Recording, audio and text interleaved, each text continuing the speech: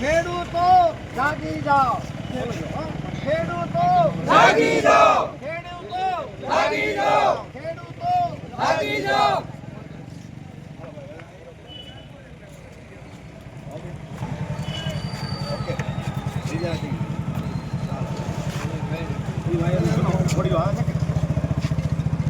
આમ કરે એક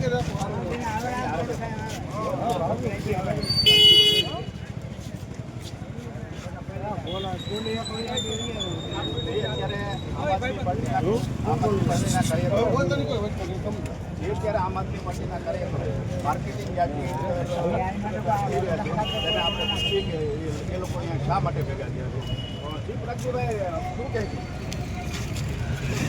થોડા દિવસો પહેલાં બોટાદમાં જે કિસાન મહાપંચાયત યોજવા માટે હળદળમાં જે ખેડૂતો પર અત્યાચાર કરવામાં આવ્યો, રીતસરના છે એ પોલીસે કાયદો અને વ્યવસ્થા હાથમાં લઈ અને ખેડૂતો પર એટલો બધો અત્યાચાર કર્યો કે એના જવાબરૂપે આગામી 31 તારીખના રોજ અરવિંદ કેજરીવાલ અમારા રાષ્ટ્રીય સંયોજક છે તે સાયલા તાલુકાના સુદામડા ગામે આવી રહ્યા છે. તો તેના પ્રચાર અર્થે અને દરેક માર્કેટિંગ યાર્ડોમાં કેવી રીતભાત અપનાવાય છે, અન્યાય થાય છે, ખેડૂતો સાથે કેવી રીતે હરાજી કરવામાં આવે છે, તેનો કોઈ નુકસાન થાય છે, વેપારીઓનું વલણ શું છે, ખેડૂતોમાં કેટલો અસંતોષ છે અને ખેડૂતો પોતાના સ્વખર્ચે સુદામડા પહોંચે તેવા પ્રચાર અર્થે આજે અમે છે એ માર્કેટિંગ યાર્ડમાં આવ્યા છીએ. જે અત્યારે આમ આદમી પાર્ટીના કાર્યકરો એક સાયલા ખાતે એક કાર્યક્રમ આપવા જઈ રહ્યા છે, ત્યાં અરવિંદ કેજરીવાલ પણ આવી રહ્યા છે. એના માટે આમ આદમી પાર્ટીના કાર્યકરો ખેડૂતની જાગૃતતા ફેલાવવા માટે અને ખેડૂતની અંદર એને સારો ભાવ મળી રહે એટલા માટે આમ આદમી પાર્ટીના કાર્યકરો એક લડત ચલાવી રહ્યા છે. એના માટે એ લોકો સાયલા ખાતે એક કાર્યક્રમ આપવા જઈ રહ્યા છે. તેના પ્રચાર અર્થે અહીંયા માર્કેટિંગ યાર્ડની અંદર ભેગા થયેલા હતા. તમે અમારો માલ લેશો? બોલો શું કહેવા? તમે અમારો માલ લેશો? અમે તો એક પત્રકાર છીએ અને અમે તમારો અવાજ સરકાર સુધી પહોંચે એ માટે અહીંયા ભેગા છીએ. આપ શું કહેશો? કાંઈ નહીં, તમે આ જે વેપારી ભાઈઓ લેશે એ ભાવે તમે અમારો ભાવ લેશો, માલ લેશો એમ.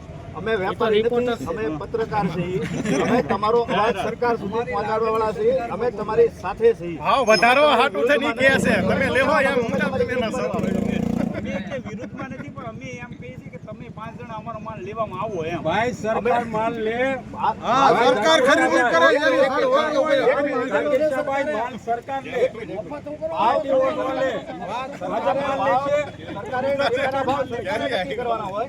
અમે પત્રકાર છીએ, અમારે નક્કી ન કરવાના. અમે તો અવાજ ભાઈ હું બોલે એનું કાંઈ ન લેતા. ટેકાના ભાવ સરકારે નક્કી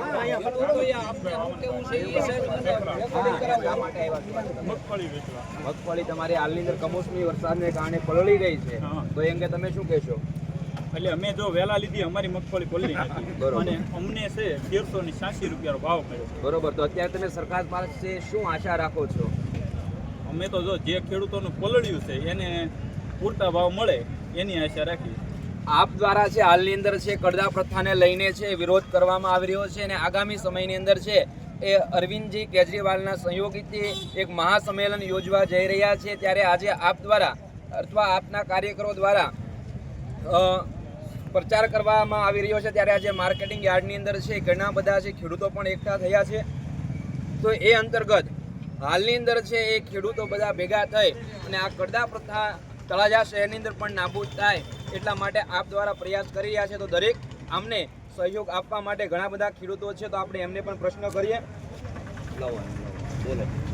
શું નામ તમારું? મારું નામ વિક્રમસિંહ ભીખુભા ગોહિલ, ગામ પાદરી ગોહિલ, તાલુકો તળાજા, જિલ્લો ભાવનગર. હું ખેડૂત છું અને આપને મારે વિનંતી કરવાની છે, કેજરીવાલને વિનંતી કરવાની છે કે ખેડૂતોના અત્યારે કુદરત જે ઋતુ છે એને હિસાબે ખેડૂતો જેટલા હેરાન થયા છે, હજી દાળિયાને દાળી દેવાની બાકી છે અને માલ બધો બગડી ગયો છે. તમને 80,000 ખેડૂતોની મગફળી નથી થઈ એવું સેટેલાઇટમાં દેખાય છે. તો આ પલળી ગયેલા પાથરા કેમ દેખાતા નથી? એવું ખેડૂતો વતી આપ પક્ષ સરકારને કહે અને ખેડૂતોને વધારેમાં વધારે સહાય મળે એવી મારી વિનંતી છે. છે. હાલની અંદર કૃષિ મંત્રીએ પણ કાલે જાહેરાત કરી કે ખેડૂતોને પૂરતું વળતર મળી રહેશે, તો તે અંગે તમે શું કહેશો? એવું તો 8 વર્ષ પહેલા જે કાંઈ વાવાઝોડું આવ્યું ત્યારે કીધેલું, બરોબર. પણ એમાંથી કાંઈ ખેડૂતોને મળ્યું નથી. બરોબર. એટલે જો તમારે ખાલી જાહેરાત જ કરીને વાહ કરવી હોય તો આ કોઈ ખેડૂત છે, અમે તો 80 જણા એવા હોય બરોબર. કે આમાં ખેતીમાં નપતા હોય, અમે ખેતી બંધ કરી દઈશું તો કાંઈ ફેક્ટરીમાં તમારું અનાજ પાકવાનું નથી. બરોબર. એટલે સરકારને અને આપને મારી ખાસ વિનંતી કે સરકારને રજૂઆત કરે આ ખેડૂતોની બળતરા, એટલી જ વિનંતી. ભાઈ રજૂઆત કરે કાંઈ નહીં થાય, એ તો સરકારની સામે અમે મોરચો ખોલીશું એટલે આપવું જ પડે. આપ વિકલ્પ તરીકે ઉભરી રહ્યો છે એટલે જ મંત્રીઓ રોડે ચડ્યા છે. સમજતા ખેડૂતોની સંભાળ લેવાય નથી આવતા. મિત્રો, દરેક યાર્ડમાં કોંગ્રેસ અને ભાજપ બંને ગફલાબાજી જ કરે છે અને હવે આપ વિકલ્પ તરીકે આવ્યો છે. મિત્રો, આ યાર્ડમાં 10 વીઘા જમીન પડી છે, એના વિકાસ અર્થે કંઈ નથી કર્યું.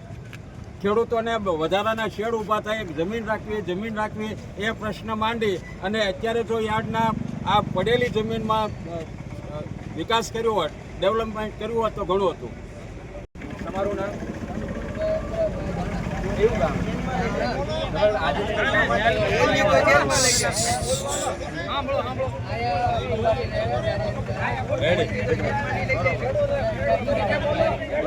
વેચાઈ ગયો છે કપાસ તમારો?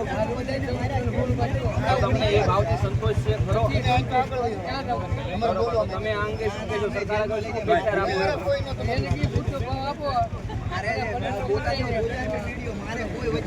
નમસ્કાર, આ છે ધરતીનો તાજ ખેડૂત. અત્યારે હાલની અંદર કમોસમી વરસાદને કારણે છે એ ઠેર ઠેર સમગ્ર ગુજરાતની અંદર છે એ પાકેલો પાક છે એ પલળી ગયો છે, જેને કારણે એમનું 100% એ નિષ્ફળ ગયું છે. સરકાર પાસે એક જ આશા રાખે છે કે હાલની અંદર તેમને પૂરતું વળતર મળી રહે અને હાલની અંદર જે સંકટ સમસ્યા છે તેમાંથી એ બહાર આવી શકે, કેમ કે હાલના સમયની અંદર મોંઘવારી પણ વધતી જાય છે, મજૂરોની મજૂરી પણ વધતી જાય છે. એની સામે છે એ ખેડૂતો અત્યારે હાલ પાયમાલ થઈ રહ્યા છે. તો તે અંગે બીજા ખેડૂત પણ આપણી સાથે છે, ઊભા છે, તો તેમને પૂછીએ.